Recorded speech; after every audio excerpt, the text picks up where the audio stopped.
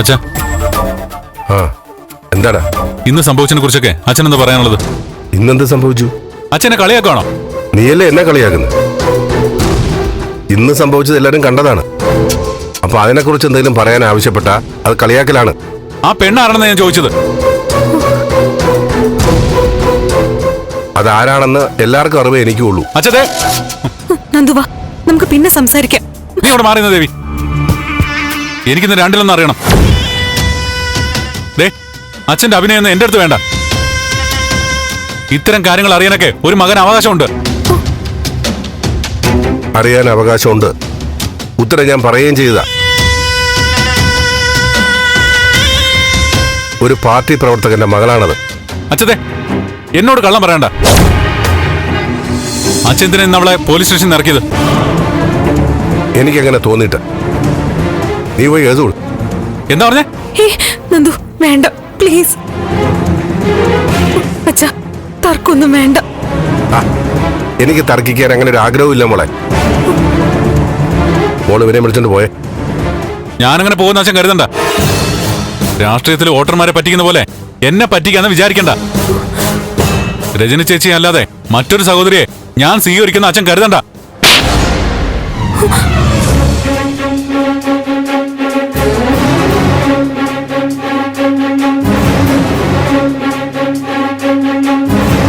വാക്കുകൾ ഉപയോഗിക്കുമ്പോൾ സൂക്ഷിച്ചുപയോഗിക്കണം.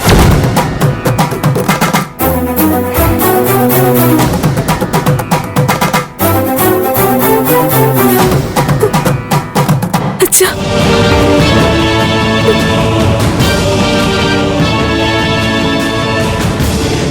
മോനെ നന്ദ, വേണ്ട. അവളുമായിട്ടുള്ള ബന്ധത്തിന്റെ ശക്തി ഇപ്പൊ എനിക്ക് മനസ്സിലായി.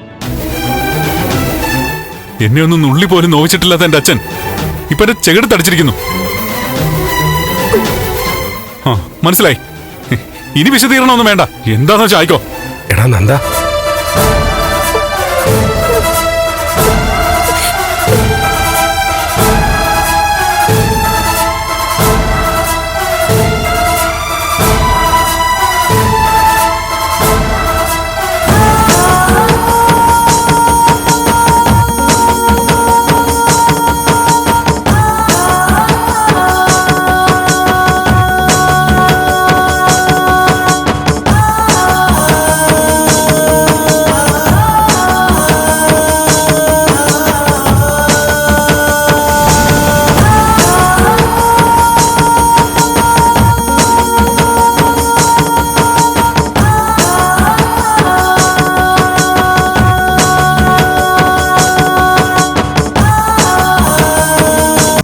ഫ്ലവേഴ്സിൽ 2 പുതിയ പരമ്പരകൾ. വീട്ടിലെ വിളക്ക് എല്ലാ ദിവസവും രാത്രി 8:30 ഫ്ലവേഴ്സിൽ. മഹാലക്ഷ്മി എല്ലാ ദിവസവും രാത്രി 9 മണിക്ക് ഫ്ലവേഴ്സിൽ.